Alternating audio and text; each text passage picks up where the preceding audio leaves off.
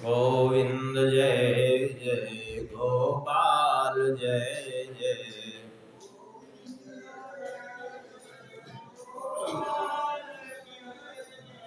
राधा रमण हरि गोविंद जय जय।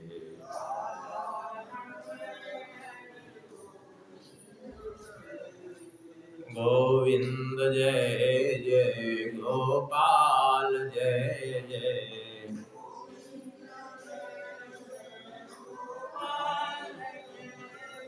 श्री राधा रमण हरि गोविंद जय जय।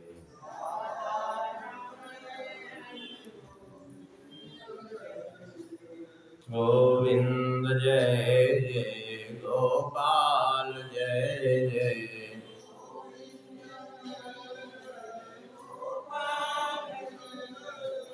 श्री राधा रमण हरि गोविंद जय जय।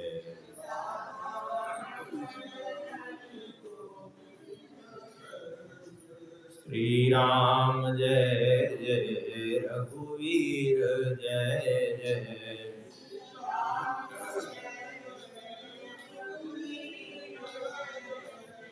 सीतारमण श्री रघुनाथ जय जय।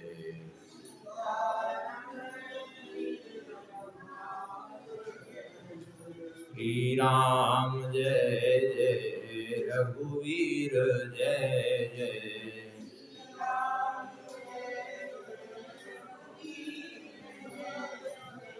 सीतारमण श्री रघुनाथ जय जय।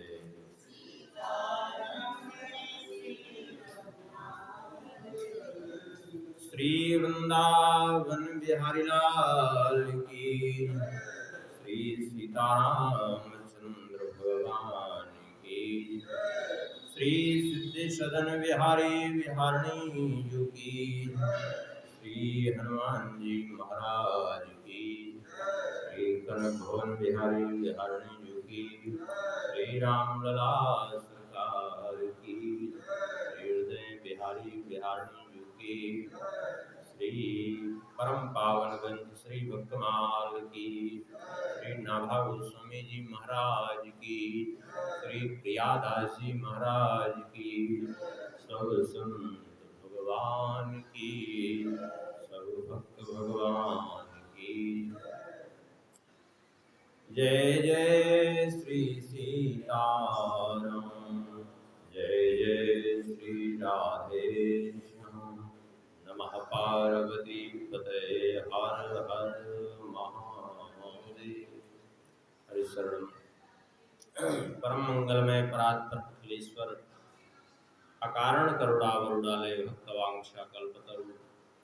भगवान की महती कृपा करुणा से श्री भक्तमाल ग्रंथ के माध्यम से हम लोग भक्तों का चरित्र स्मरण कर रहे हैं। आगे स्मरण करने से पूर्व एक बार मूल छप्पय का स्मरण करेंगे। श्री नाभा गोस्वामी जी कहते हैं, हरिवल्लभ सब प्रार्थो जिन चरण रेणुमा साधरी।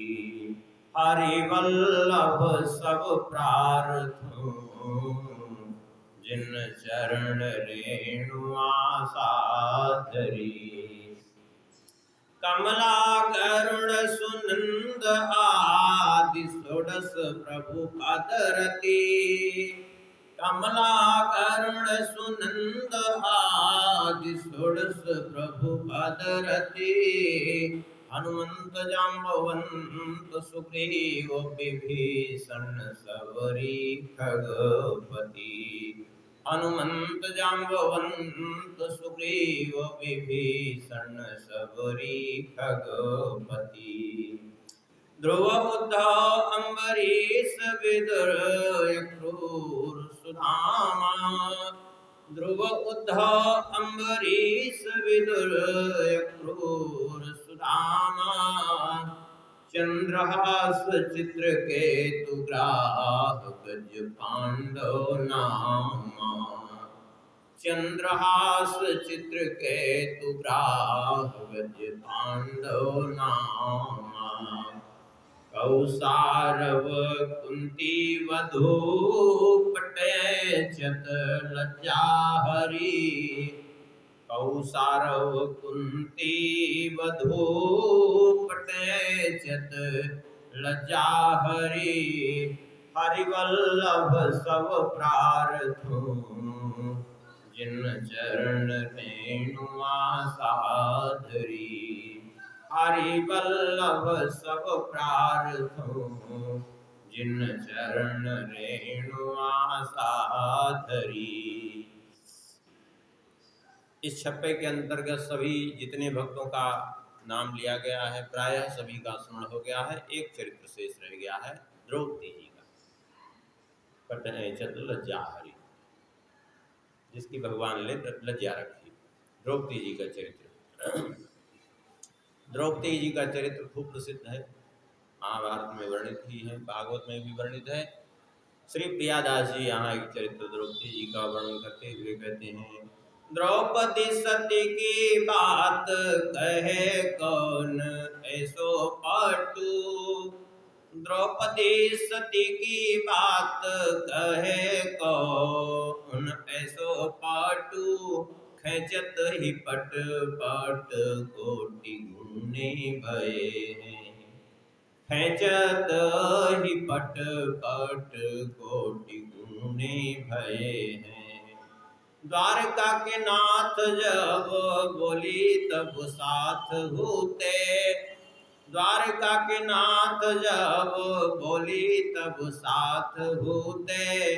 द्वारका सुफेरी आए भक्त बाणी नए हैं। द्वारका सुफेरी आए भक्त बाणी नए हैं। गए दुर्वासा ऋषि वन में पठाए नीच। गए दुर्वासा ऋषि वन में पठाए नीच। धर्मपुत्र बोले बीन आवे पान लए। धर्मपुत्र बोले बीन आवे पान लए हैं। भोजन निवारितिया आई कही सोच पर्यो। भोजन निवारितिया आई कही सोच पर्यो। चाहे तनु त्याग्यो कहो कृष्ण कहूँ गए हैं। चाहे तनु त्याग्यो कहो कृष्ण कहूँ गए हैं। श्री प्रियादास जी कहते हैं, द्रौपदी सती की ऐसी बात कहे कौन पटु। सती द्रौपदी जी की के चरित्र का कोई बखान कर सके ऐसा भला किसमें साहस है। अर्थात अद्भुत चरित्र है श्री द्रौपदी जी का। ऐसा चरित्र कि खेचत ही पट कोटि गुण भय है। दुशासन की के द्वारा जब दूत सभा में खींच करके द्रौपदी ले आई गई, दुर्योधन ने कहा दुशासन से इसके वस्त्र उतार करके मेरी जंघा पर बिठा दो। पांडव बेचारे हार चुके थे, धर्म वचन में बंधे होने के कारण नहीं बोल पा रहे थे। द्रौपदी जी ने सबको पुकार पुकार करके कहा लाज रक्षा के लिए, लेकिन किसी ने ध्यान नहीं दिया। सब ने सिर नीचा कर लिया। और धृतराष्ट्र की राजसभा में ये सब हुआ। धृतराष्ट्र राजा थे, एक शब्द नहीं बोले।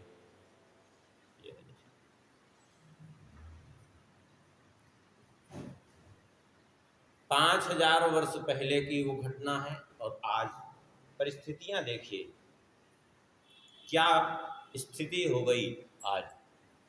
उस समय द्रौपदी के वस्त्र हरण करने की चेष्टा की गई, द्रौपदी के वस्त्र उतारने की चेष्टा की गई तो महाभारत युद्ध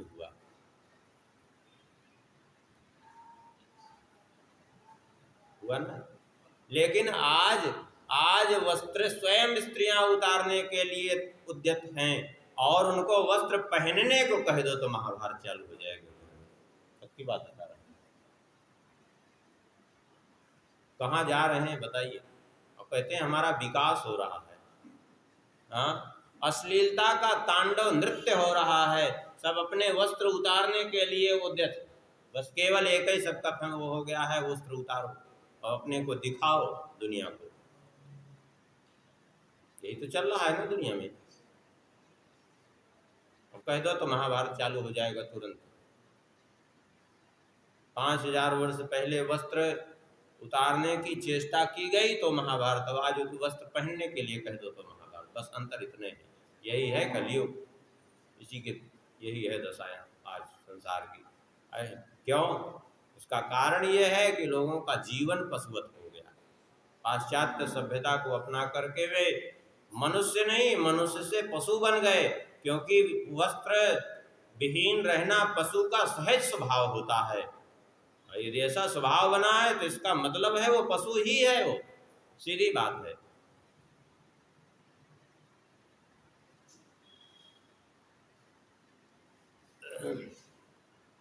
कहते हैं द्रौपदी के उस समय वस्त्र पट कोटि गुने भये हैं, करोड़ों गुने प्रकट हो गए। कैसे प्रकट हो गए? इसलिए प्रकट हो गए भगवान की कृपा से।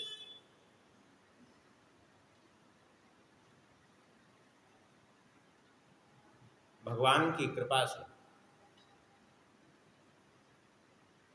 लेकिन भगवान कहते हैं कि ये द्रौपदी के जो वस्त्र बढ़े, यद्यपि भगवान नहीं बढ़ाए, लेकिन भगवान क्या कहते हैं? भगवान कहते हैं इसलिए द्रौपदी के वस्त्र बढ़े क्योंकि जो धर्म की रक्षा करता है, धर्म उसकी रक्षा करता है। हम जो कुछ किसी को दिए हैं वही हमारे जीवन में प्राप्त होगा हमें, सीधी बात। हम थोड़ा सा एक बीज डालेंगे भूमि में तो वो असंख्य बीज हमें प्राप्त होगा भूमि से। दो कथाएं इस संबंध में द्रौपदी जी के जीवन में घटित घटना है। एक बार श्री महर्षि दुर्वासा जी, श्री दुर्वासा जी स्नान कर रहे थे। स्नान कर रहे थे और स्नान करके और जल में ही खड़े होकर के अपना संध्या वंदन आदि नित्य कर्म करने लगे। संयोग से वो जल का वेग इतना अधिक था कि उनका वस्त्र ही खुल के बह गया, वो पता ही नहीं चला। वो जल के वेग से वस्त्र खुल करके बाहर हो गया, चला उड़ बह गया। अब बेचारे दुर्वासा जी बड़े दुखी हुए। अब जल से बाहर निकले तो कैसे निकले? द्रौपदी जी समझ गई और द्रौपदी जी ने अपने वस्त्र से वस्त्र फाड़ करके दुर्वासा जी के पास फेंक दिए और वहां से द्रौपदी जी चली गई। तब दुर्वासा जी ने वरदान दिया था कि समय आने पर ये वस्त्र तुम्हें असंख्य गुने होकर के प्राप्त होंगे, क्योंकि हम जैसा कर्म किए हैं वही हमें मिलेगा। हम किसी को दिए हैं तो हमें मिलेगा वापस, और हम दिए नहीं है तो हमें कहां से मिलेगा? भगवान ने उनकी लज्जा रखी। क्यों? क्योंकि लज्जा स्वयं रखना चाहती थी अपनी, इसलिए लज्जा रखी। और स्वयं ही अपनी लज्जा को तिलांजलि देके घूमे और कह दे कि जो है क्या बताएं, हमारी लज्जा किसी ने नहीं रखी है। खाक तुम्हारी लज्जा कोई रखेगा? तुम खुद ही लज्जा को तिलांजलि देके घूम रहे हो, तो काहे कौन लज्जा रखेगा तुम्हारी? हाँ, पतिव्रता की लज्जा सब जगह बच जाती है, क्योंकि उसका पातिव्रत धर्म रक्षा करता है। अब ऐसा कि कोई लज्जा ही नहीं होती तो उसकी लज्जा कौन रक्षा करने जाएगा? उसकी लज्जा रक्षा करने नहीं जाते, उसकी लज्जा को नष्ट करने के लिए रुक जाते हैं, क्योंकि वो स्वयं लज्जा नष्ट करके बैठी है। तो जीवन में हमारे सदाचार होगा तभी हमारा भला होगा, सीधी बात है। बिना सदाचार के जीवन में कल्याण हो जाए यह संभव नहीं है। और एक कथा ये भी है वस्त्र की। भगवान की लीला है, जो चक्र सुदर्शन भगवान के हाथ में हमेशा विराजमान रहता है, उससे भगवान को भला क्या क्षति पहुंच सकती है? लेकिन लीला है भगवान की, आगे की लीला का करने के लिए। युधिष्ठिर जी का राजसूय यज्ञ, और उस राजसूय यज्ञ में शिशुपाल ने जब भगवान को गालियां दी, भगवान ने कहा था इसकी माता को कि ठीक है, मैं तुम्हारे पुत्र के 100 अपराध को क्षमा करूंगा। अपराध उसके जब बढ़ते गए तो भगवान ने अपना चक्र सुदर्शन उठाया और उसका सिर धड़ से अलग कर दिया। यद्यपि भगवान का आयुध है, भगवान का चक्र भगवत स्वरूप ही है, उससे भगवान को कोई हानि नहीं, लेकिन फिर भी अचानक भगवान की लीला तो देखिए। जब भगवान ने अपना चक्र छोड़ा, अचानक द्रौपदी जी की दृष्टि गई भगवान की उंगली पर, तो द्रौपदी जी ने रक्त बहते हुए देखा, सोचा लगता है चक्र से जो है उनको क्षति पहुंच गई। और बहुमूल्य साड़ी धारण किए हुई थी द्रौपदी जी, बिना एक क्षण विचार किए कि इतनी बहुमूल्य साड़ी है, कुछ नहीं, उसी साड़ी का एक छोर फाड़ करके श्री कृष्ण की उंगली में बांध दिया। भगवान ने कहा भविष्य में ये वस्त्र तुम्हें असंख्य गुने होकर के प्राप्त होंगे। और उसी के बाद फिर जुआ हुआ। वहाँ राजसूय यज्ञ से लौटने के बाद ही दुर्योधन ने ये सब षड्यंत्र रचा जुआ का, और भगवान ने उनकी लाज रखी। तात्पर्य यह है कि भगवान का भजन करना तो अच्छी बात है, भजन करना ही चाहिए, किंतु हमें कार्य भी ऐसे करने चाहिए, सदा दूसरों की भलाई भी करनी चाहिए। जब हम दूसरे की भलाई करने की चेष्टा करेंगे तो हमारा भला अपने आप हो जाएगा। हम दूसरे पर दया करेंगे तो भगवान हम पर दया करने के लिए दौड़े आएंगे, और हम दूसरे पर दया नहीं कर रहे हैं तो भगवान को हम पर दया नहीं आएगी कभी, पक्की बात समझ लीजिए। हम दूसरे का हित करने की चेष्टा कर रहे हैं तो बिना चाहे हमारा हित स्वाभाविक हो जाएगा।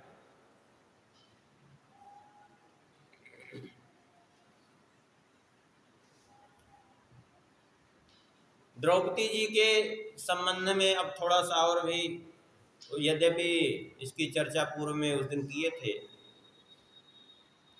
लेकिन फिर से कर देते हैं कि 5 पति होने के बाद भी द्रौपदी जी सती कैसे हैं। उस दिन बताए थे, एक तो सूर्य देव, अरे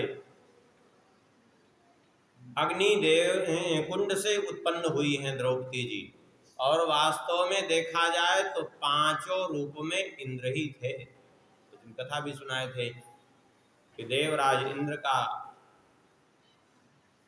धर्म, जब उन्होंने विश्वरूप उनके गुरु थे, बृहस्पति उनके गुरु थे, जब देवराज इंद्र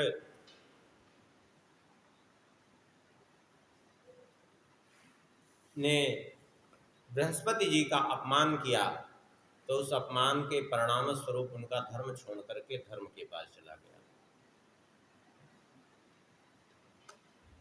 जब उन्होंने विश्वरूप का वध कर दिया तो उनका बल भी छोड़ करके पवन देव के पास चला गया। और जब उन्होंने अहिल्या के साथ दुर्व्यवहार किया तो उनका रूप लावण्य छोड़ करके अश्विनी कुमारों के पास चला गया। और बाद में धर्म का जो अंश इंद्र का जो धर्म था, जो धर्म के स्वरूप में जाकर के विलीन हुआ था, उसी अंश को धर्मराज ने इनके गर्भ में स्थापित किया था कुंती के, उसी से धर्मराज युधिष्ठिर का जन्म हुआ। पवन देव ने इंद्र के ही बल के अंश को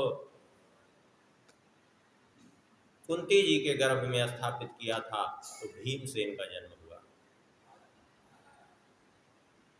और इंद्र अपने आधे अंश से अर्जुन के रूप में आए, और नकुल सहदेव के पास जो उनका रूप लावण्य चला गया था, अश्विनी कुमारों के पास जो उनका रूप लावण्य चला गया था, अश्विनी कुमारों ने माद्री के गर्भ में उन्हीं के अंश को स्थापित किया है, तो नकुल और सहदेव का जन्म हुआ है। तो वास्तव में ये पांचों जो है इंद्र ही थे, अलग नहीं थे। और 5 विवाह इसलिए करने पड़े, उस दिन भी कथा सुनाए थे, पूर्व जन्म में ये ऋषि कन्या थी और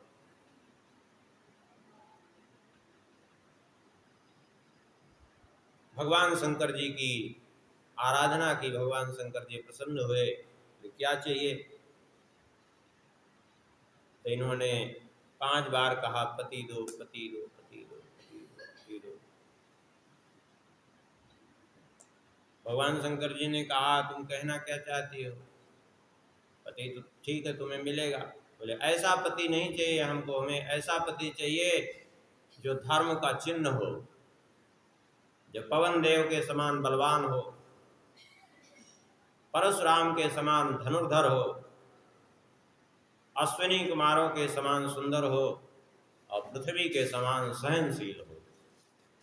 भगवान शंकर जी ने कहा ये पांचों एक साथ भगवान के अतिरिक्त किसी में नहीं प्राप्त होते, ये पांचों चीजें भगवान के अतिरिक्त एक साथ किसी में नहीं हो सकती, किसी मनुष्य में, इसलिए जाओ तुम्हारे 5 पति हो। तो इसलिए जो है 5 रूप धारण करना।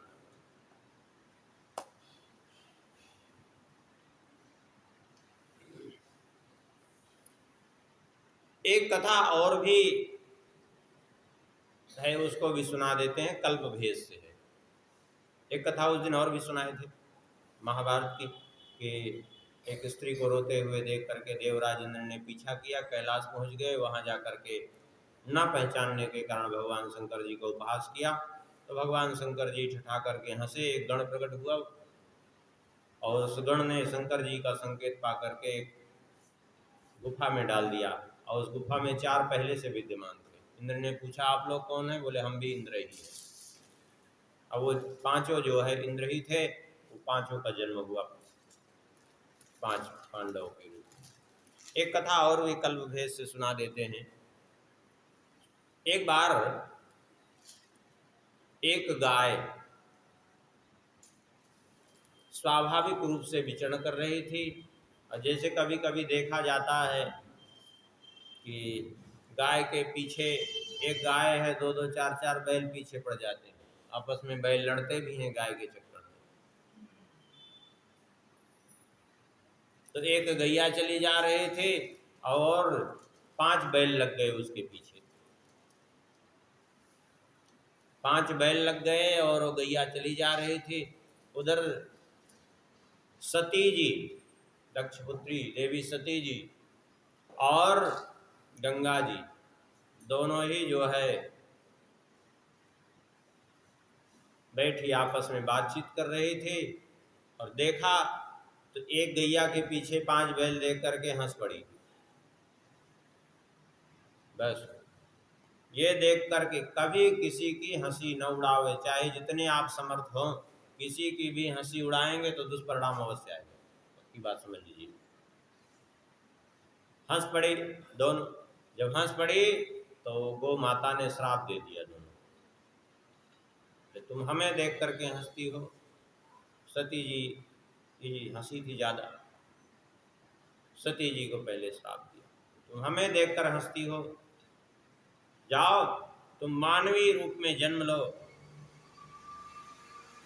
और तुम्हारे भी 5-5 पति हो। हमारे, हमें तो पशु योनि में हो, 5 बैल घूम रहे हैं हमारे पीछे, हो तो हमारी अनिच्छा है, लेकिन तुम्हारे मानवीय रूप में भी 5-5 पति हो। देवी सती बड़ी दुखी हो गई, रोने लगी और गंगा जी को भी श्राप दिया, जाओ तुम भी मानव की पत्नी बनो जाकर। तो गंगा जी शांतनु की पत्नी बनी, और यद्यपि शांतनु कोई सामान्य व्यक्ति नहीं है, वो ऐसे महापुरुष हैं कि जिन्होंने इच्छा मृत्यु का वरदान देने की जिनके पास क्षमता है, सिर्फ कोई सामान्य मनुष्य नहीं। शांतनु है कौन? शांतनु जो है समुद्र देव के अवतार थे। शांतनु में वैसे तो देखा जाए तो महाभारत के अनुसार ही दो लोगों के अंश से मिलकर के शांतनु का जन्म हुआ था, एक महाविष गंधर्व और दूसरे समुद्र देव, क्योंकि सभी नदियां समुद्र की पत्नी हैं। तो गंगा जी को श्राप लगा था, तो गंगा जी इनकी पत्नी हुई और 8 पुत्र हुए। आप सभी लोग जानते हैं। 8वें हैं भीष्म, अष्टवसुओं को जन्म दिया था अपने गर्भ से, 7 को जल में प्रवाहित कर दिया था, वे सब मुक्त हो गए थे। 8वें भीष्म जी थे। भगवान शंकर जी ने सती जी को आश्वासन दिया कि चिंता मत करो, श्राप लग गया तो लग गया, लेकिन मैं ही 5 रूपों में अवतरित हो जाऊंगा अपने अंश से, और तुम द्रौपदी के रूप में अवतरित होकर के मेरी पत्नी बनोगे। तो एक कल्प के अनुसार देखिए, बहुत सी कल्पों की कथाएं हैं, ऐसा न सोचिए कि कौन सत्य है कौन नहीं, सभी सत्य हैं अलग अलग कल्प के अनुसार। तो एक कल्प में भगवान शंकर जी ही जो है 5 रूप में आए अपने अपने अंश से, और ये द्रौपदी जी उनकी पत्नी बनी। सती जी ही द्रौपदी जी के रूप में आई। और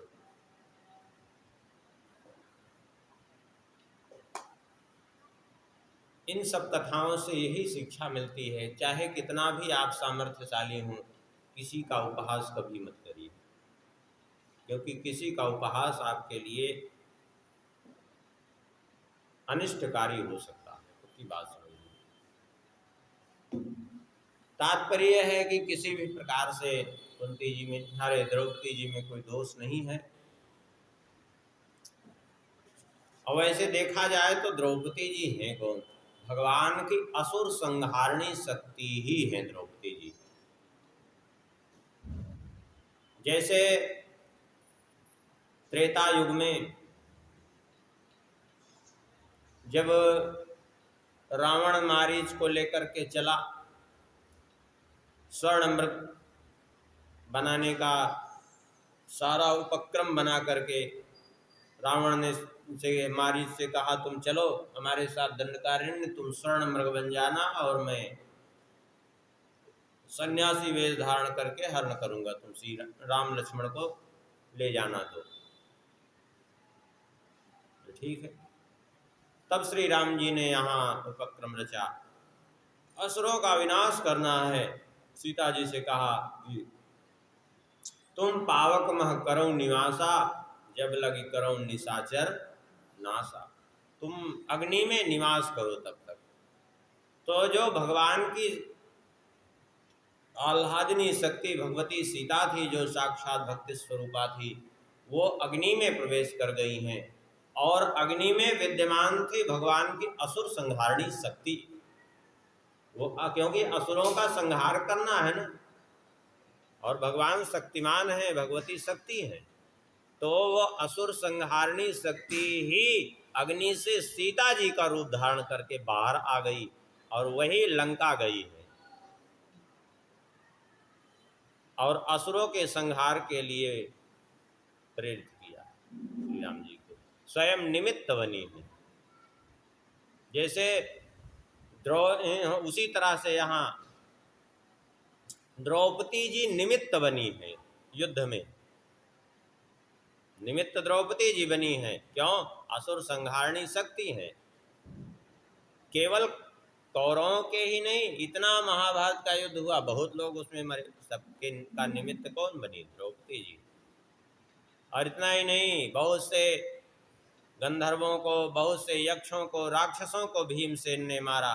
जगह जगह देखा जाता है कि द्रौपदी जी निमित्त बनी है, जो असुर संहारणी शक्ति है भगवान की। इनका काम ही है असुरों का संहार कराना।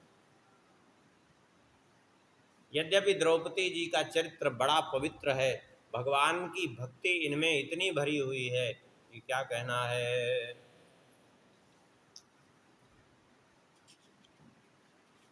इसलिए कभी ये संदेह नहीं करना चाहिए कि द्रौपदी जी के 5 पति थे। नहीं, वो फिर भी वो सती ही थी, कोई संदेह नहीं करना चाहिए।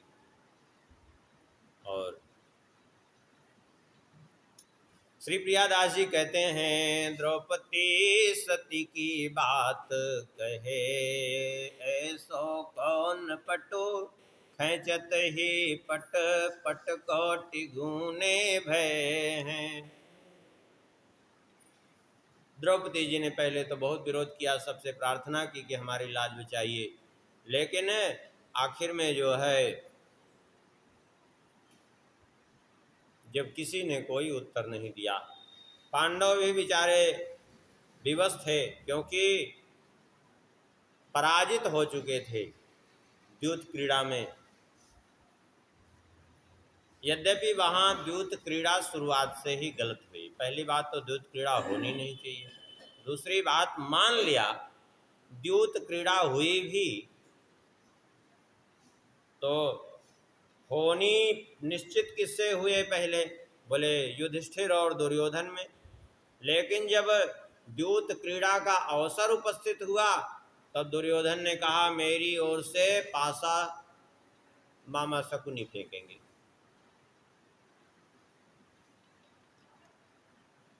वहीं देखिए होनी है, नहीं तो युधिष्ठिर जी वहीं चूक गए थोड़ी सी। नहीं तो युधिष्ठिर जी को कहना चाहिए कि जब तुम्हारी ओर से मामा शकुनी पासा फेंकेंगे तुम्हारे प्रतिनिधि बन करके, तो हमारी ओर से भी पासा हमारा कोई प्रतिनिधि ही फेंके ना। लेकिन वो होनी थी, क्योंकि भाई राजा राजा का आपस में युद्ध हो तो अगर प्रतिनिधि कर रहा हो तो फिर प्रतिनिधि की जगह प्रतिनिधि ही बैठे। तो अगर युधिष्ठिर जी कह देते उस समय, लेकिन होनी थी इसलिए कुछ नहीं हुआ। नहीं तो युधिष्ठिर जी कह देते कि ठीक है, तुम्हारी ओर से मामा शकुनी फेंकेंगे, हमारी ओर से श्री कृष्ण का हम बुलाते हैं वो फेंकेंगे। फिर देखिए शकुनी की क्या दशा होती। क्या दशा होती शकुनी की। लेकिन उसका एक छल बल काम न करता। लेकिन बस वही है कि होनी ऐसी पहले से निर्धारित थी। और भगवान वेदव्यास जी ने पहले ही बता दिया था। राजसूय यज्ञ से सब जब विदा होने लगे, भगवान वेदव्यास जी जब विदा होने लगे तो भगवान वेदव्यास जी ने एकांत में बुला करके कहा था कि आगे भविष्य में 13 वर्षों बाद भयंकर युद्ध होगा और उस युद्ध के निमित्त आप बनोगे।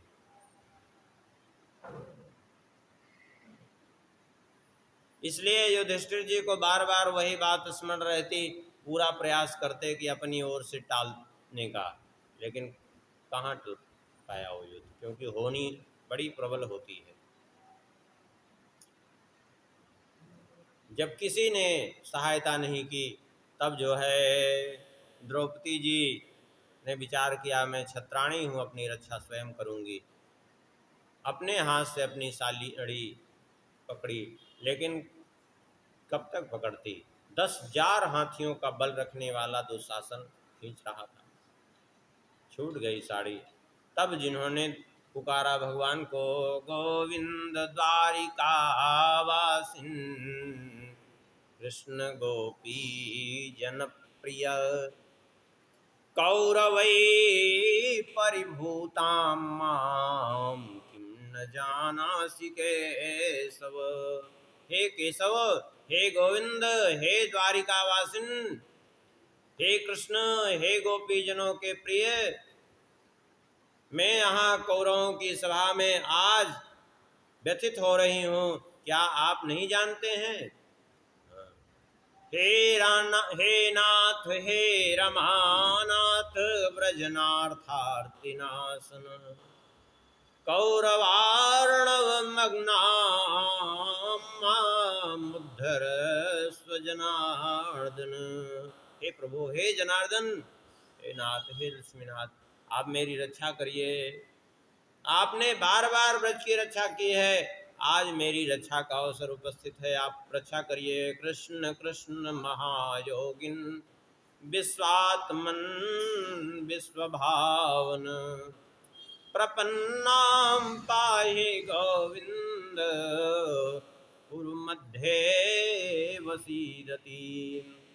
इस प्रकार से वहाँ द्रौपदी जी ने प्रार्थना की, और जब प्रार्थना की तो भगवान तुरंत वहाँ उपस्थित हुए, लेकिन अपने साक्षात रूप में नहीं। कैसे उपस्थित हुए? बोले तुरंत भगवान वस्त्र रूप धारण करके द्रौपदी जी उसी वस्त्र में ही भगवान समाहित हो गए, और देखते देखते वो वस्त्र बढ़ने लगा। अब वो जितना खींच रहा है वो वस्त्र बढ़ता चला जा रहा है। देखते देखते वस्त्रों का ढेर लगा गया, वहां पूरी सभा वस्त्रों से भर गई। सबको आश्चर्य हुआ, और उसी पर किसी कवि ने कहा ना, सारी बीच नारी है कि नारी बीच सारी है, कि सारी ही किनारी है कि नारी ही की सारी है।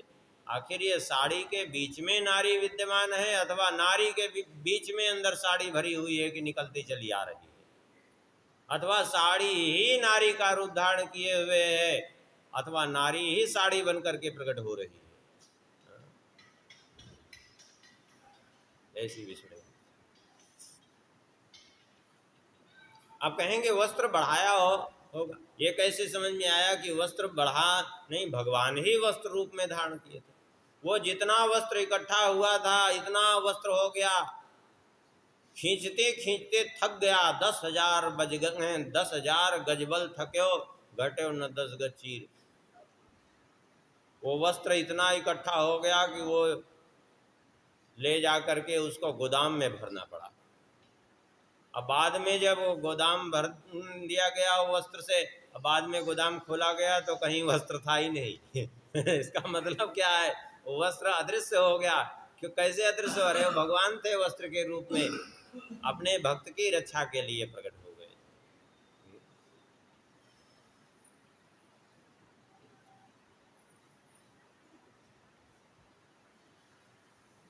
इस बात को बड़े बड़े महापुरुषों ने भी स्वीकार किया है। श्री सूरदास जी भी कहते हैं, द्रुपद सुता निर्बल भईता दिन तजियाए निज धाम, दुशासन के भुजा थकित भई, वसन रूप भय श्याम।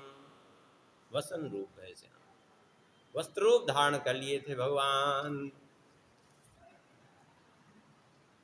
द्रौपदी जी ने भगवान से प्रार्थना की। श्री सूरदास जी कहते हैं, द्रौपदी हरि सो टेरी कही, भीषम कर्ण द्रोण दुशासन देखत बाह गही, लेत उसास निराश सभा में नैनन नीर बही, द्रौपदी हरि सो टेरी कही, पांचों बंधु पीठ दे ठाढ़े, मैं अति सकुची रही, तुम सुधिले द्वारिका वासी, आटत नाही मही, मोपति 5 5 के तुम पति। मेरे 5 पति भले हैं, लेकिन उन पांचों के भी पति आप हैं, अर्थात उन पांचों के स्वामी आप हैं।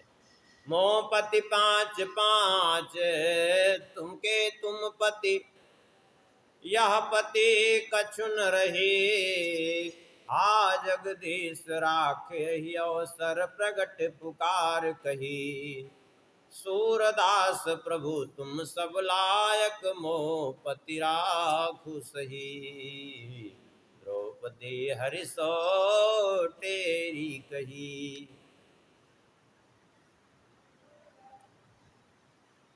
जैसे ही भगवान को पुकारा है द्रौपदी जी ने, सूरदास जी कहते हैं,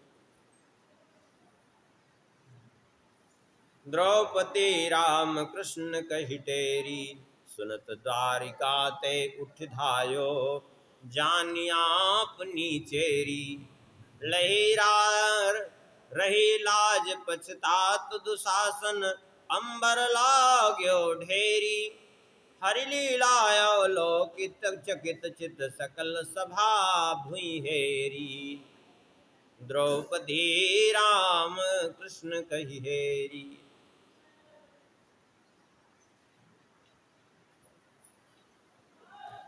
गोस्वामी जी ने भी वर्णन किया है,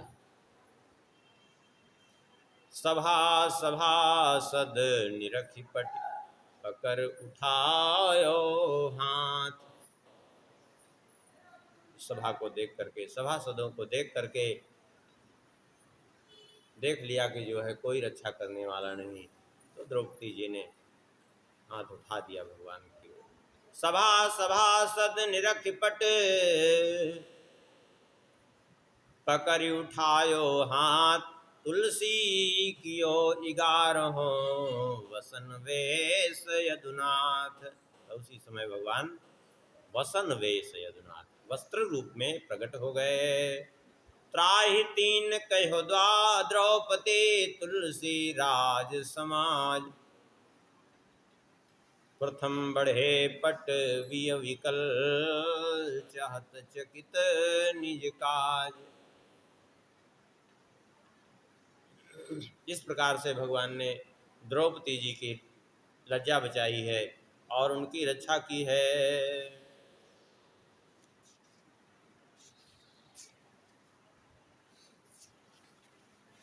श्री प्रियादास जी एक चरित्र आगे और वर्णन कर रहे हैं। गए दुर्वासा ऋषि वन में पठाए नीच, धर्मपुत्र बोले बीने आवे पन ले हैं। भोजन निवारितिया आई कही सोच पर्यो, चाहे तनु त्याग्यो कहो कृष्ण कहूँ गए हैं। गए दुर्वासा ऋषि भोजन में न गए दुर्वासा ऋषि वन में पठाए नीच, धर्मपुत्र बोले बिना आवे पन लय हैं। ये महाभारत के वन पर्व में ये कथा वर्णित है। इस प्रकार से श्री युधिष्ठिर जी जब जुए में हार करके 12 वर्ष का वनवास और 1 वर्ष का अज्ञातवास जब उनको मिला, तो वहाँ से जो है युधिष्ठिर जी गए वन में।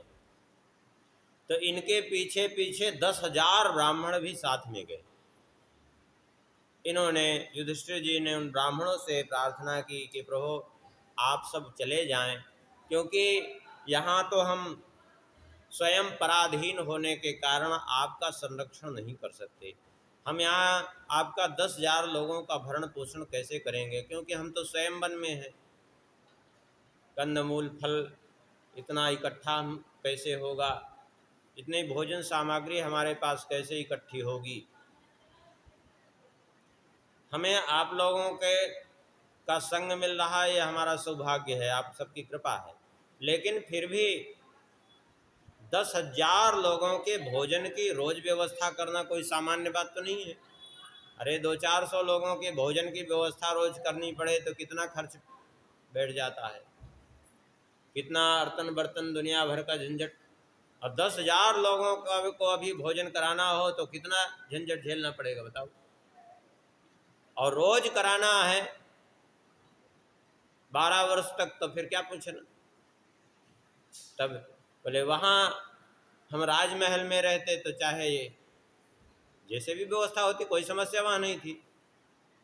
लेकिन यहाँ तो हम वन में हैं, यहाँ तो हमारे पास ना बर्तन है, ना तो इतना हमारे पास अन्न कहीं से इकट्ठा हो पाएगा, वन में है ना इतना फलमूल ही इकट्ठा हो पाएगा। इसलिए हमारी प्रार्थना यही है कि आप सब अपने अपने आश्रम में पधारें। सब ब्राह्मणों ने कहा हम आपको छोड़ करके नहीं जाएंगे। युधिष्ठिर जी बड़े दुखी हुए, अब क्या करें, हम सबका भरण पोषण कैसे करेंगे। तो दुखी देख करके शौनक जी ने युधिष्ठिर जी से कहा आप चिंता मत करो, हम लोग अपनी व्यवस्था स्वयं कर लेंगे, आपको चिंता करने की जरूरत नहीं है। हम लोग जैसे जहाँ रहते हैं अपनी व्यवस्था करते हैं, यहाँ भी करेंगे। युधिष्ठिर जी ने कहा हम 5 भाइयों के रहते आप अपनी व्यवस्था करें भजन छोड़, ये हमें उचित नहीं होगा, हम दोष के भागी होंगे। देखा इनकी निष्ठा को, शौनक जी ने कहा तो ठीक है, जब आप ही व्यवस्था करना चाहते हो तो हम आपको एक उपाय बताते हैं।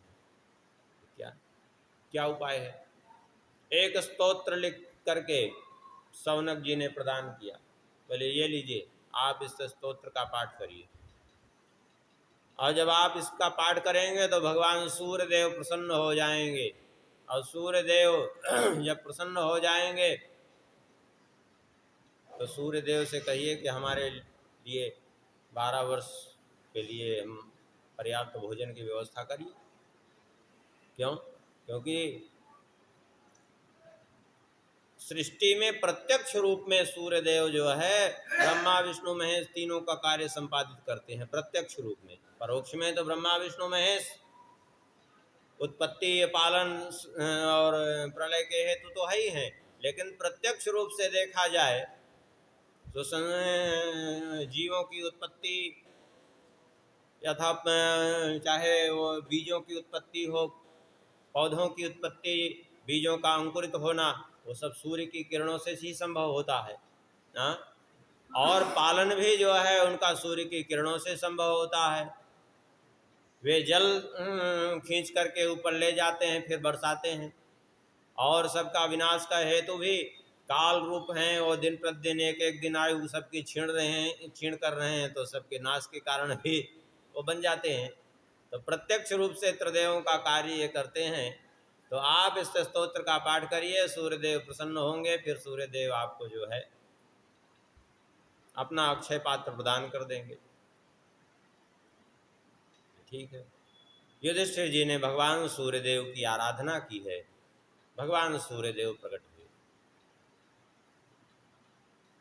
और भगवान सूर्यदेव ने प्रकट होकर के कहा हम तुम पर प्रसन्न हैं, और हम ये भी जानते हैं कि तुमने हमारी आराधना क्यों की है, लेकिन फिर भी एक बार हम तुम्हारे मुख से सुनना चाहते हैं मर्यादा के अनुसार।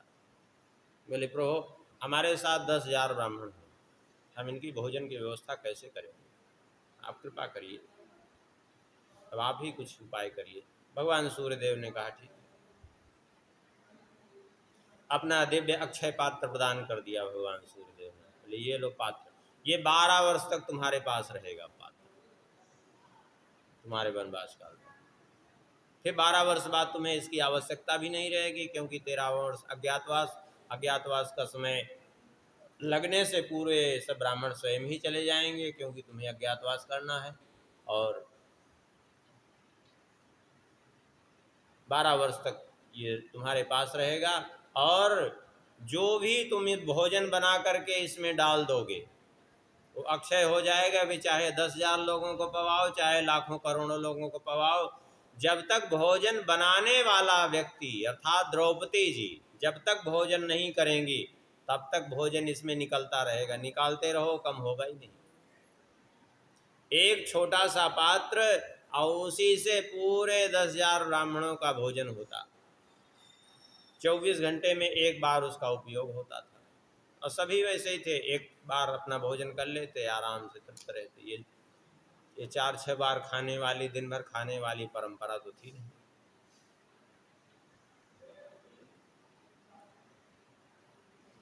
वैसे शास्त्रों में 2 बार के ही भोजन का नियम आया है,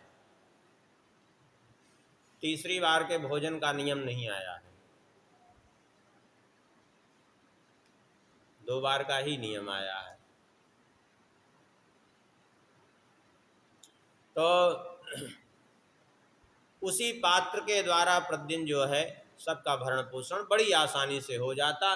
जो भी वहाँ जंगल में प्राप्त होता उसको ले आते पांडव, और उसको द्रौपदी जी बढ़िया जो है तैयार करके उसी पात्र में डाल देती, अच्छे पात्र में, और जो अच्छे पात्र में डाल देती और फिर परोसा जाता तब जो है। तो अच्छे पात्र की मर्यादा यही रहती थी कि जब तक भोजन करने वाला भोजन न करे, क्योंकि अक्षय पात्र का एक नियम यह है कि जो है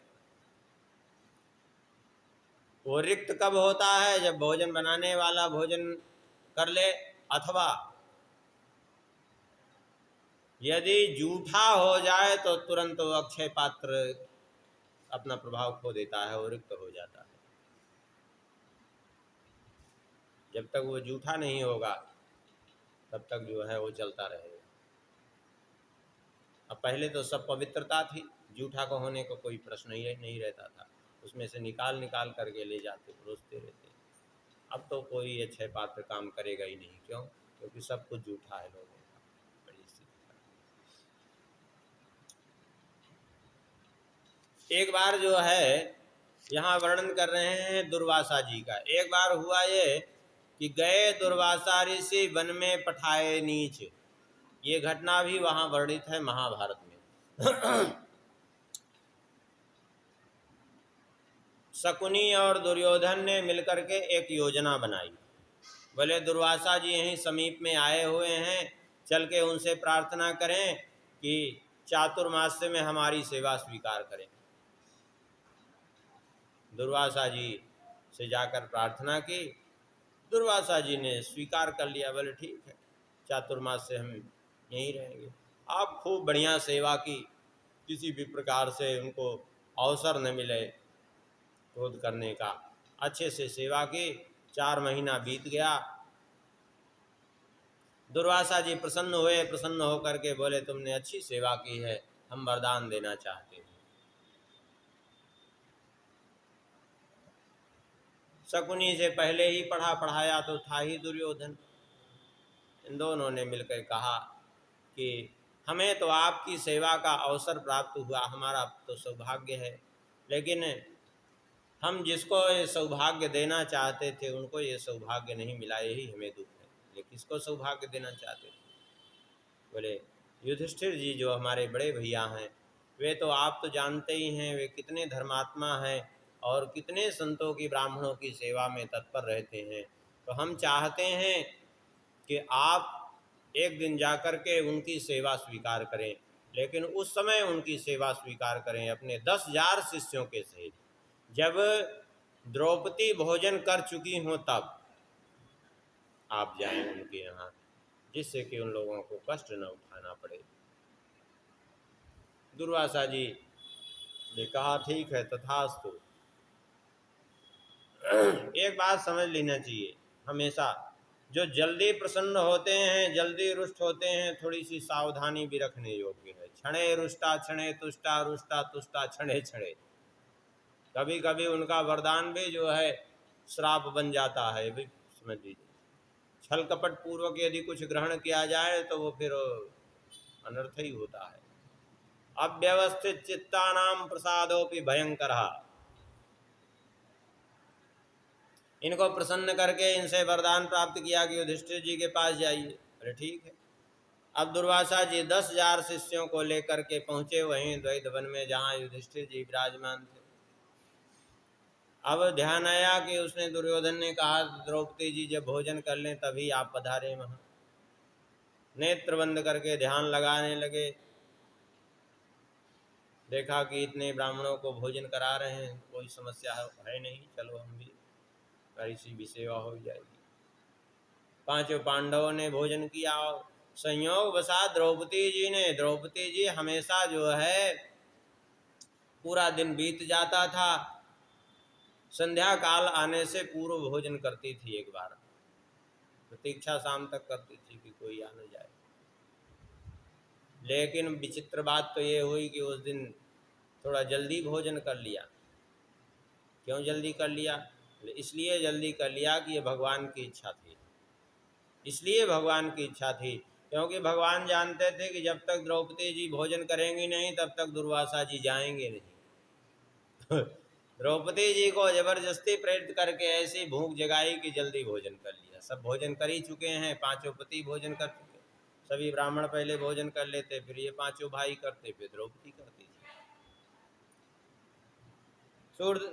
श्री दुर्वासा जी ने देखा कि द्रौपदी जी तो भोजन कर चुकी हैं और इसी समय कहा था इसने दुर्योधन ने जाने के लिए, हमने वचन दिया है, तो वरदान तो यही है। तो पहुँचे दुर्वासा जी। दुर्वासा जी को देख करके बड़े प्रसन्न हुए। श्री युधिष्ठिर जी ने जाकर के चरणों में प्रणाम किया सब भाइयों के सहित। और युधिष्ठिर जी ने कहा तुरंत द्रौपदी से जाकर के इधर प्रणाम किया और अपने भाइयों को भेज दिया, जाओ जाओ तुम लोग जल्दी जल्दी वन से पत्तल लेके आओ, क्योंकि भोजन कराने के लिए भोजन तो अक्षय पात्र था, लेकिन भोजन करने के लिए पत्तल तो चाहिए, तो जाओ पत्तल लेकर के आओ। पहले नदियों में सरोवरों में कमल खूब होते थे, पत्ते खूब मिल जाते थे, कमल के पत्ते भोजन करने के लिए बहुत अच्छे होते हैं। कमल के पत्ते पूरा इतने बड़े बड़े पत्ते होते हैं कि पूरा भरपेट भोजन आदमी उसमें कर सकता है, कोई दिक्कत नहीं होती। अब वो सब भाई तो चले गए पत्तल लाने के लिए। द्रौपदी जी से कहा, युधिष्ठिर जी ने तुरंत सारी व्यवस्था करो भोजन कराने के लिए। अरे भोजन भोजन तो है ही नहीं। अरे क्यों? बोले हमने भोजन कर लिया। अरे आज तुमने भोजन इतनी जल्दी कैसे कर लिया? बोले यही तो हमें समझ में खुद ही नहीं आ रही बात, कैसे हमने भोजन कर लिया इतनी जल्दी। हमने सोचा अब कोई आएगा नहीं, चलो कर लिया। अब तो दुर्वासा जी ने कहा ठीक है, थोड़ा हमारा नित्य नियम शेष है, हम अपना नित्य नियम पूर्ण करके आ रहे हैं, तब तक आप लोग व्यवस्था करते रहिए। पत्तल वत्तल लाने में जब तक आप व्यवस्था करेंगे तब तक तो हम अपना नित्य नियम संपादित करेंगे। गए ऋषियों के सहित, यमुना जी का तट था, वहीं सब अपना अपना नित्य नियम करने लगे। इधर चारों भाई सब ले ले करके पत्तल वन से आए, खूब लाद लाद करके। युधिष्ठिर जी बड़े दुखी थे, वो आकर के देखा चारों भाइयों ने तो युधिष्ठिर जी लकड़ी इकट्ठा कर रहे थे। वो तो पत्तल लेके आए, युधिष्ठिर जी लकड़ी इकट्ठा कर रहे थे। आए पूछे ये लकड़ी क्यों इकट्ठा कर रहे हैं? अरे बोले अब एक ही रास्ता हम लोगों के पास है कि हम पांचों इसी में अग्नि प्रज्वलित करके चिता में प्रवेश कर जाएं जीते जी, और कोई उपाय हमारे पास नहीं है। तो क्यों, बात क्या हुई? अरे बोले द्रौपदी जी ने भोजन कर लिया, आप कुछ नहीं खिला सकते, क्योंकि वो अक्षय पात्र की मर्यादा थी, एक ही बार दिन में उसमें भोजन बनता, भोजन रखा जाता था, दोबारा नहीं। अब तो अब कल ये भोजन कराने लायक होगा, आज तो नहीं हो सकता। अब लोग भोजन कैसे कराएंगे? और लौट करके आएंगे ऋषि मुनि, हमने उनसे भोजन कराने के लिए कहा है, और नहीं भोजन मिलेगा तो वे श्राप देंगे, उनके श्राप से मरेंगे तो न जाने कहाँ कहाँ भटकना पड़ेगा, नरक से भी ज़्यादा स्थिति दुस्तर हो जाएगी। इससे अच्छा तो स्वयं ही प्राण त्यागना उचित है। ये बातचीत अंदर से द्रौपदी जी ने सुनी तो भाग करके आई। द्रौपदी जी बोली क्या कर रहे हैं आप लोग? बोले अरे अब मरने के अलावा कोई हम लोगों के पास उपाय नहीं, अब एक ही मात्र उपाय है, किसी ब्राह्मण के श्राप से मरने से अच्छा तो स्वयं अग्नि में प्रवेश करना ही ठीक है। द्रौपदी जी के नेत्रों से झरझर अश्रुपात होने लगा, और द्रौपदी जी ने उस समय कहा भोजन निवारितिया आई, कही सोच पर्यो चाहे तनु त्यागो, कहो कृष्ण कहूँ गए हैं। आप लोग मरने के लिए क्यों उद्यत हो रहे हैं? क्या श्री कृष्ण कहीं गए हैं क्या? जिन श्री कृष्ण ने हमारी रक्षा की थी कौरवों की सभा में, वे फिर हमारी रक्षा करेंगे। अब तो जो है कृष्ण को पुकारा, प्रभु उस बार तो केवल मेरी लाज पर संकट था, मेरे ऊपर संकट था, आज तो मेरे सुहाग पर ही संकट आ गया, मेरा सुहाग ही उजड़ने वाला है, अब तो आप बचाइए। उधर भगवान द्वारिका में बैठे थे भोजन करने के लिए, और रुक्मिणी जी थाल लेके आई, बस भगवान उठ करके चले। अरे बोले क्या बात है प्रभु, भोजन अभी तो भोजन करने जा रहे हैं, भोजन का थाल छोड़ के जाना नहीं चाहिए। बोले अब को समय ही नहीं है कुछ बताने का। भागे वहाँ से भगवान, दौड़े और दौड़े आए सीधा। द्रौपदी जी पुकार रही थी हे कृष्ण, हे गोविंद बचाओ। तब तक भगवान की आवाज़ आई सामने, बड़ी भूख लगी है, जल्दी भोजन कराओ। सामने नेत्र खोल करके देखा तो भगवान सामने। द्रौपदी जी ने कहा प्रभु आप आ गए, बड़ी कृपा की आप आ गए, अब हमारा संकट दूर करिए। अरे बोले संकट तो बाद में सुनेंगे, बाद में दूर करेंगे, जो होगा वो बाद में सुनाना, पहले भोजन कराओ। या भोजन तुम तो जानती हो बचपन से हमारा जो है खाने का पीने का स्वभाव है, उसमें हम कोई जो है उसके साथ हम कोई समझौता नहीं करते। पहले हमें भोजन कराओ, उसके बाद फिर जो है बाद में हमको जो सुनाना हो सुना लेंगे। अरे द्रौपदी जी ने कहा पहले हमारी बात तो सुनिए। बोले सुनने नहीं है हमको कुछ, पहले तो भोजन कराओ हमको। अरे यहाँ भूख के मारे हम थाल छोड़ के भागे हैं, तुमने पुकारा इसी समय की, भूखे चले आए, इतनी दूर से दौड़ के आ रहे हैं, और जो कम रही भूख वो बढ़ गई और भी।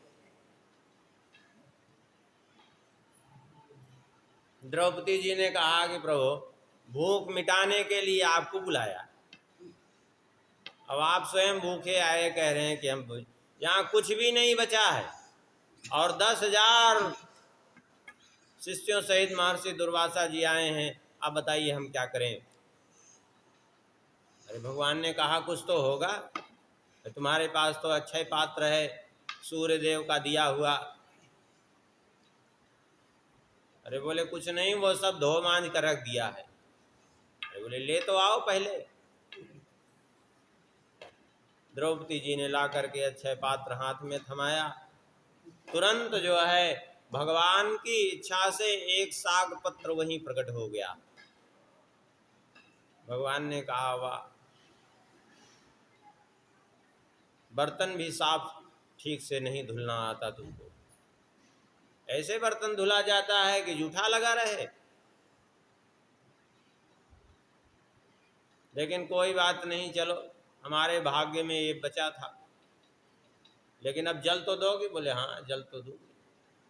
जल ला के दिया, भगवान ने आचमन किया और वही साग पत्र अपने मुख में डाल लिया। काम विश्वात्मा तृप्तंता, मैं सारे विश्व की आत्माओं को तृप्त करता हूँ। अब जैसे ही भगवान ने इधर जो है साग पत्र मुख में डाला, डकार लिया भगवान ने, और जितने ऋषि मुनि थे वहाँ नित्य नियम कर रहे थे, और सबका पेट भर गया, सबको डकार आने लगी। बोले ये क्या हो गया, अब तो भोजन इतना ज़्यादा हो गया कि अब कुछ नहीं खा सकते। और युधिष्ठिर जी को कह के आए हैं व्यवस्था करने के लिए, अब क्या करें। अब नहीं वहाँ चल करके ग्रहण करेंगे तो एक दोष अलग बनेगा। अब सब कह रहे हैं कि हमको तो इतना ज़्यादा हो गया है कि अब बिल्कुल नहीं चलेगा। अब ये तो अच्छी समस्या, अब किया क्या जाए। तो कहते हैं उस समय भगवान ने भक्तमाल में तो भीमसेन का नाम आया है, लेकिन महाभारत में अगर मूल को देखा जाए तो सहदेव जी को भगवान ने भेजा है।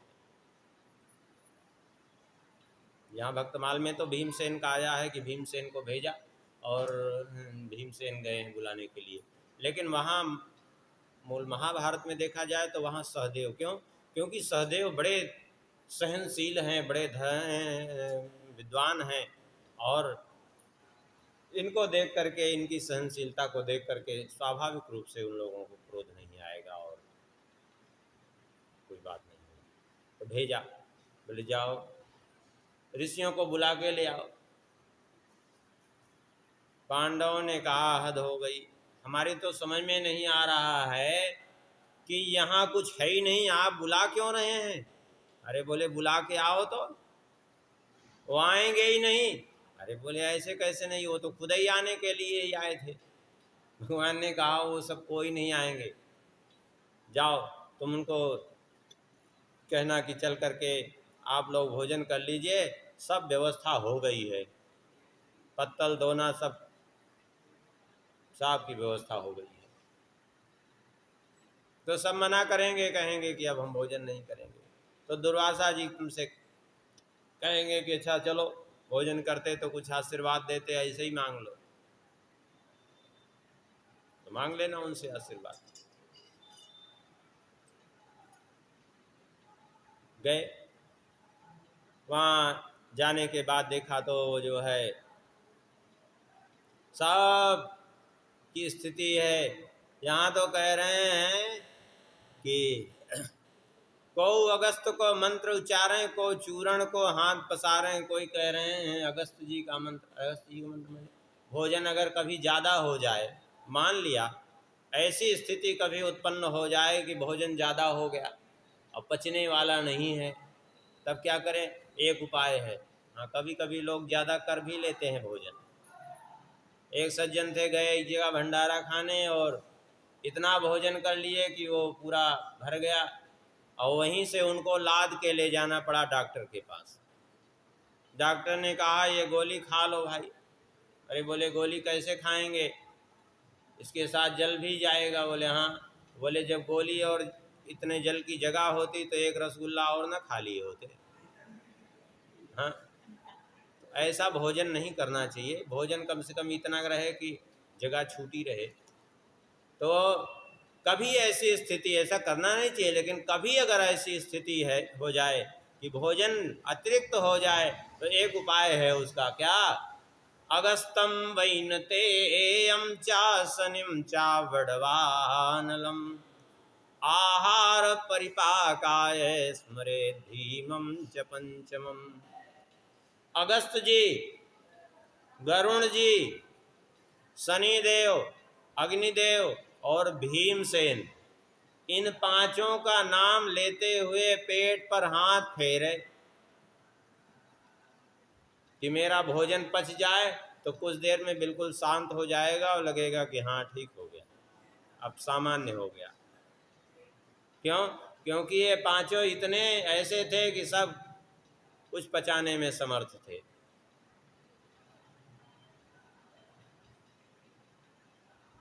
कहीं कहीं अगस्तम वैनतेयम शब्द आता है, कहीं कहीं अगस्तम कुंभकर्णम शब्द भी आता है। दोनों ही पाठ मिलते हैं अलग अलग जगहों पर। तो इस प्रकार से जो है सबको भगवान ने तृप्त कर दिया। सहदेव जी पहुँचे और सहदेव जी से ने कहा कि आप लोग पधारें। बोले अब तो हम कुछ नहीं खा सकते, बहुत बहुत हम पेट भरा है। कोई बात नहीं, हम तुम्हें कुछ न कुछ तो आशीर्वाद देते ही, चलो तुम्हारी जो इच्छा हो मांग लो। सहदेव जी ने कहा क्या बताएं, हमारी कुछ इच्छा तो नहीं है, आप लोगों की सेवा का हमें सौभाग्य प्राप्त हो रहा था, यही हमारी सबसे बड़ी वो थी। लेकिन फिर भी आप कुछ देना चाहते हैं तो हमें यही दे दीजिए कि जो हमसे, हम सब पांचों भाइयों से अकारण जो विरोध करते हैं, अकारण हमें परेशान करते हैं, उन सब का विनाश हो जाए। दुर्वासा जी ने कहा तथास्तु। अब लो, वरदान प्राप्त का अवसर आया था दुर्योधन के पास, लेकिन इनको श्राप दिलाने के चक्कर में स्वयं श्राप का भागी हो गया। भाई जब इनको वरदान दिया कि विरोध करने वालों का विनाश हो जाए, तो श्राप उनके लिए हुआ कि नहीं? क्योंकि विरोध तो वही करते थे, परेशान तो वही करते थे।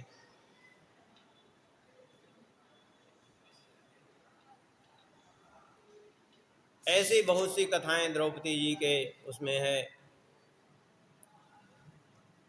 कहीं कहीं द्रौपदी जी का थोड़ा सा महाभारत में उग्र रूप देखा जाता है, लेकिन वो उग्र रूप इसलिए कि असुर संहारणी शक्ति होने के कारण उनमें उग्र रूप देखा जाता है। लेकिन करुणा भी उतनी ही जगह जगह उनकी देखी जाती है द्रौपदी जी। यहाँ तक कि 5 पुत्र मारे गए, और मारने वाला कौन? अश्वत्थामा। और 5 पुत्रों को मारने वाला अश्वत्थामा, और शिखंडी और धृष्टद्युम्न दोनों भाइयों को मारने वाला भी अश्वत्थामा। और अर्जुन ने जब ला करके अश्वत्थामा को बांध करके रस्सी द्रौपदी के सामने लेके जब आए अर्जुन, तो देख करके द्रौपदी जी ने जा करके उस अश्वत्थामा के चरणों में सिर रखकर प्रणाम किया है। अश्वत्थामा को प्रणाम किया है द्रौपदी जी ने। कोई करेगा? लोग द्रौपदी में दोष देखते हैं, कहते हैं द्रौपदी जी के हंसने से युद्ध हुआ। अरे द्रौपदी जी वहां थी ही नहीं जहां का ये चरित्र है। जो चरित्र नहीं समझे वो ऐसा वर्णन कर डाले।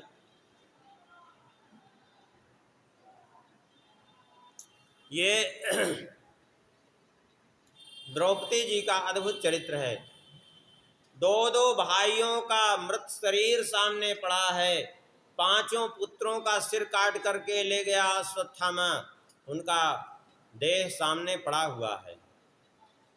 और पांचों भाइयों का पांचों पुत्रों का और दोनों भाइयों का हत्यारा अश्वत्थामा जब सन्मुख आया बंध करके, तो जा करके उसके चरणों में प्रणाम किया।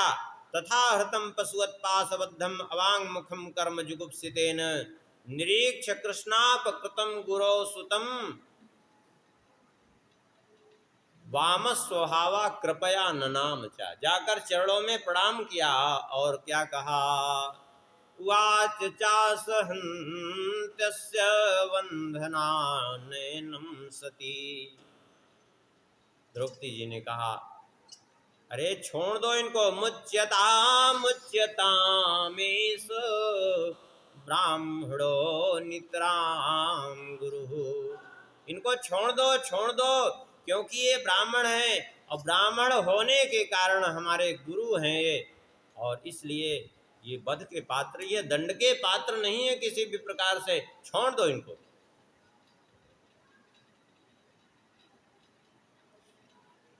और इतने नहीं, द्रौपदी जी ने कहा कि ब्राह्मण होने के कारण तो हम सबके गुरु हैं ही, ये तो आपके साक्षात वैसे भी गुरु हैं। कैसे, क्यों? बोले सराहस्य धनुर्वेदः सविसर्गोपसंयमः अस्त्रग्रामस्य भवता शिक्षितो यदनुग्रहात्।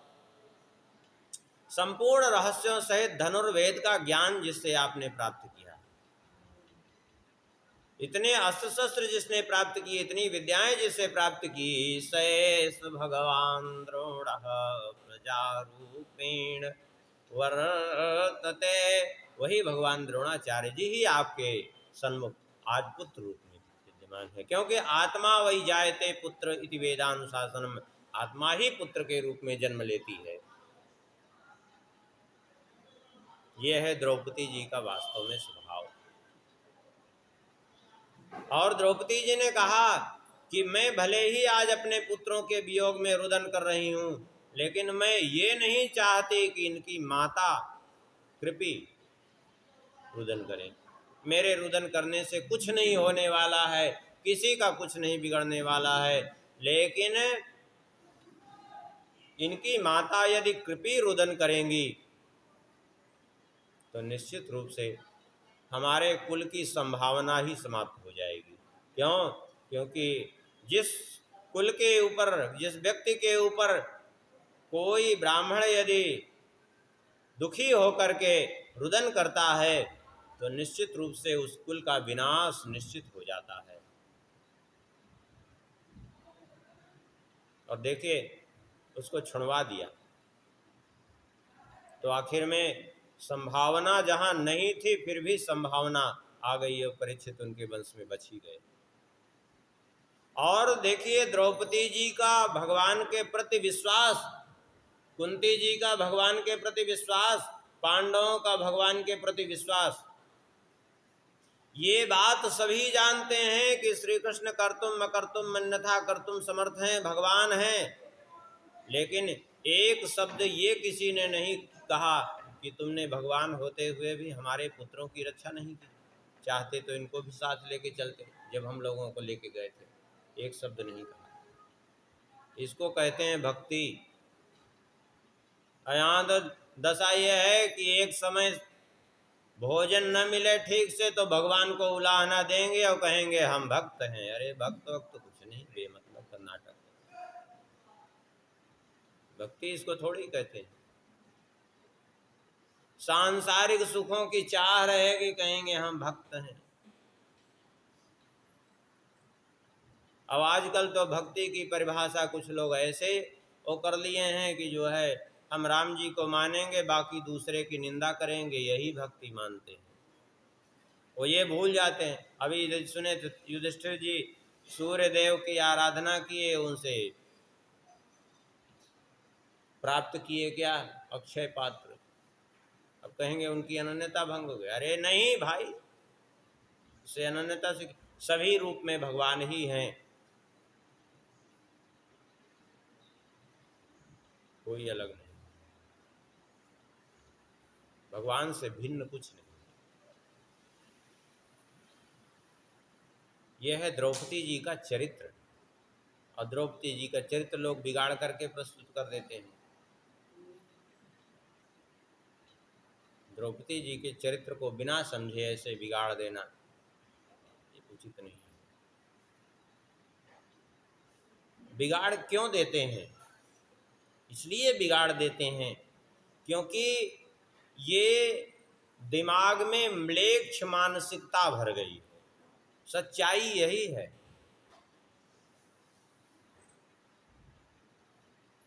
दिमाग में जो है म्लेच्छ मानसिकता भर गई है।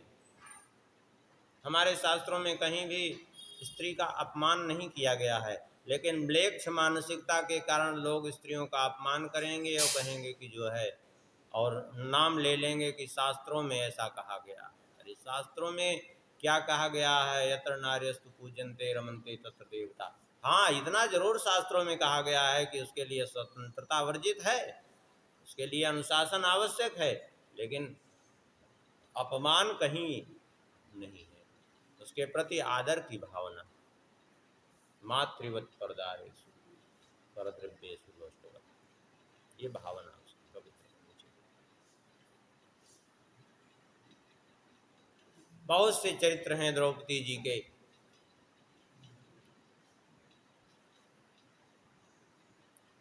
और सत्यभामा जी के एक बड़ी मन में जो है जिज्ञासा बनी रहती थी, और वो कौतूहल बना रहता था सत्यभामा जी को।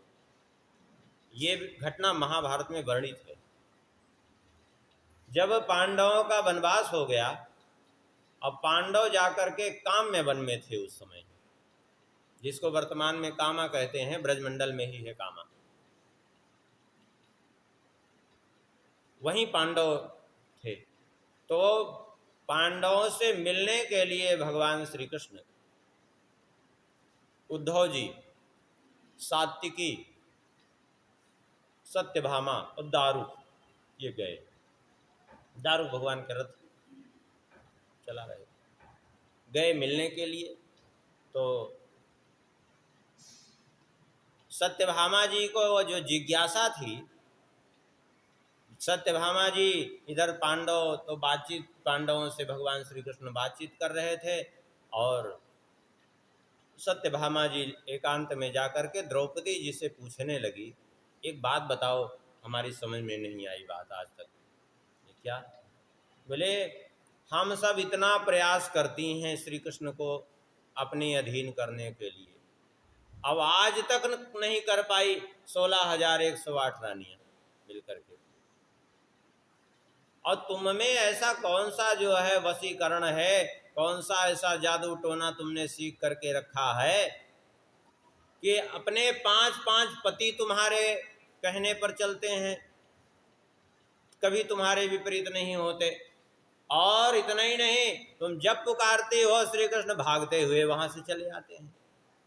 आखिर कौन सा ऐसा वशीकरण तुमने सिद्ध कर लिया है? हमें भी बता दो, कोई मंत्र सिद्ध किया है क्या? सुन करके द्रौपदी जी ने अपने कान पर हाथ धर दिए, और बहुत बढ़िया बात वहां द्रौपदी जी ने कही है। द्रौपदी जी ने कहा कि वो जो अपने पति को मंत्र तंत्र जादू टोना करके वश में करने की चेष्टा करे, वो पत्नी नहीं, वो उल्टा होती है। ऐसी दुष्टा स्त्री पत्नी कहलाने की पात्र नहीं है। ये आपके कैसे सब अधीन? द्रौपदी जी ने बहुत बढ़िया बात वहाँ कही है, समस्त जगत की नारियों के हित के लिए। बोले द्रौपदी जी ने कहा, मैं अपनी इच्छा से, अपने निमित्त से कभी कुछ नहीं करती हूँ, मैं वही करती हूँ जिससे ये पांडव प्रसन्न रहे। अपनी इच्छा से हमारी कुछ नहीं है। जुआ में हार गए, लेकिन हमने कभी आज तक इनको उलाहना नहीं दी कि हमको दांव पे क्यों लगाया। हमने उस द्यूत सभा में केवल इतना कहा था, और वो सबसे प्रश्न पूछने के निमित्त से कि जब पांडव हार चुके थे तो हारे हुए व्यक्ति को फिर दांव पे लगाने के लिए बचा ही क्या जो अपनी पत्नी को दांव पे लगा सकते हैं। हारा हुआ व्यक्ति कैसे किसी को दांव पे लगा सकता है जब स्वयं हार गया हो। बाकी कभी हमने इनको उलाहना नहीं दी। चाहे कोई भी संकट हमारे ऊपर आवे, लेकिन इनके प्रति हमारे मन में कभी कोई दोष बुद्धि नहीं। हमारा एकमात्र कर्तव्य है कि जिस प्रकार से ये पांचों भाई प्रसन्न रहें, वही एकमात्र हमारा धर्म है। और इसीलिए ये सब हमारे अनुकूल रहते हैं। मैंने कोई मंत्र तंत्र सिद्ध नहीं किया है, कोई मंत्र तंत्र हमसे मुझे कोई लेना देना नहीं। मैं तो केवल इनकी प्रसन्नता, इसीलिए इनकी प्रसन्नता बनी रहे, यही मेरा एकमात्र प्रयास रहता है। इसलिए सदैव हमारे अनुकूल बने रहते। इसलिए तुम भी यही करो। यदि श्री कृष्ण को अपने अनुकूल बनाना है तो इनके अनुकूल तुम बनने का प्रयास करो। तुम अपने अनुकूल इनको बनाने की चेष्टा ही क्यों कर रही हो? सत्यभामा जी को शिक्षा दी है, वहाँ बहुत बढ़िया शिक्षा दी है श्री द्रौपदी जी ने। वहाँ देखने योग्य प्रसंग है, और वहाँ बड़ा लंबा चौड़ा वर्णन किया है द्रौपदी जी ने कि क्या करना चाहिए एक स्त्री को। पति सदैव अनुकूल रहेगा उसको। और रही बात श्री कृष्ण की, तो श्री कृष्ण को मैं पुकारती हूँ। मैं अपने पतियों की निष्ठापूर्वक सेवा करती हूँ, और श्री कृष्ण के प्रति मेरी भक्ति है। और श्री कृष्ण दौड़े चले आते हैं हमारी दीनता को देख करके।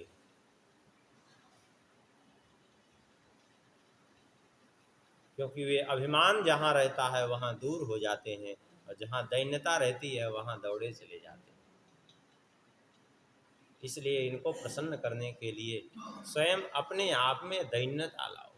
ये अभिमान छोड़ दो कि मैं राज रानी हूँ, मैं कुछ हूँ, ये सारा अभिमान अपने मन से ही निकाल दो। मैं कुछ नहीं हूँ, एकमात्र ये दृढ़ता पूर्वक निश्चय कर लो कि मेरा अपना अस्तित्व कुछ है ही नहीं। मैं एकमात्र श्री कृष्ण के चरणों की सेविका हूँ, इनकी दासी हूँ। तो देखो ये तुम्हारे अधीन हो जाएंगे। सही बात यही है। जीव जब तक ये सोचता रहे कि हम कुछ हैं और हम भगवान को ऐसे प्रसन्न, तो कभी कुछ नहीं कर सकता। और सब कुछ छोड़ करके भगवान पर समर्पित हो जाए। हम वास्तव में कुछ नहीं हैं, हम एकमात्र भगवान के चरणों के दास हैं, और हमारा यही एकमात्र वो है। और हमारी कोई अपनी पहचान नहीं, हमारी एकमात्र पहचान है, हमारा एकमात्र जीवन का प्रयोजन है इनकी सेवा करना। हम इनके दास हैं, हम सेवक हैं। वैष्णव परंपरा में दासांत नाम क्यों दिया जाता है? इसीलिए नाम दिया जाता है कि उसको सदैव ये बोध रहे कि हम भगवान के दास। भगवान के नाम के साथ दासांत नाम इसीलिए जोड़ा जाता है। रामदास, कृष्णदास, घनश्याम दास, श्यामदास, जो भी कुछ कहें, इसलिए दासांत नाम जोड़ा जाता है। लेकिन नहीं, और ये नहीं सोचता कि भगवान के दास हैं, बल्कि क्या बोले, वस्तुओं के पीछे। अभी लड्डू पेड़ा बटने लगे, बस देखो आपस में लड़ मरे। रुपया के पीछे आपस में क्यों? क्योंकि नाम रख दिया, लेकिन उसका चिंतन कभी नहीं किया कि हम भगवान के दास हैं, बल्कि उसके पीछे, लड्डू पेड़ा के पीछे, रुपया के पीछे भागते रहे। तो लड्डू पेड़ा रुपया दास बन करके रह गए, भगवान दास नहीं बन पाए। ये समस्या। भगवान को प्रसन्न करने के लिए यही उपाय है, दूसरा कोई नहीं। ये श्री द्रौपदी जी ने अपने चरित्र से शिक्षा प्रदान की। इस प्रकार से श्री द्रौपदी जी का अद्भुत चरित्र है। और यही द्रौपदी जी का, यद्यपि महाभारत में तो बहुत विस्तृत रूप में वर्णन है, लेकिन यहाँ संक्षिप्त रूप में हम लोगों ने द्रौपदी जी का चरित्र स्मरण किया। और इसी के साथ ये काफ़ी दिनों से चल रहा था ये छप्पय भी यहाँ संपन्न हो गया। और यही कथा को भी विश्राम करते हैं। सिया बोल सिया बोल सिया सिया बोल, श्री राम राघव रसिकेश बोल।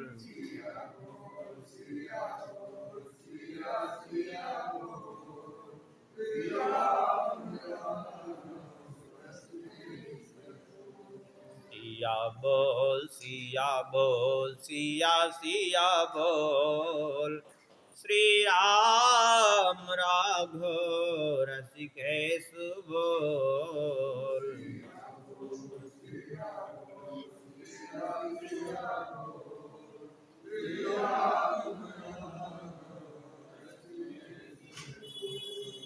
सिया बोल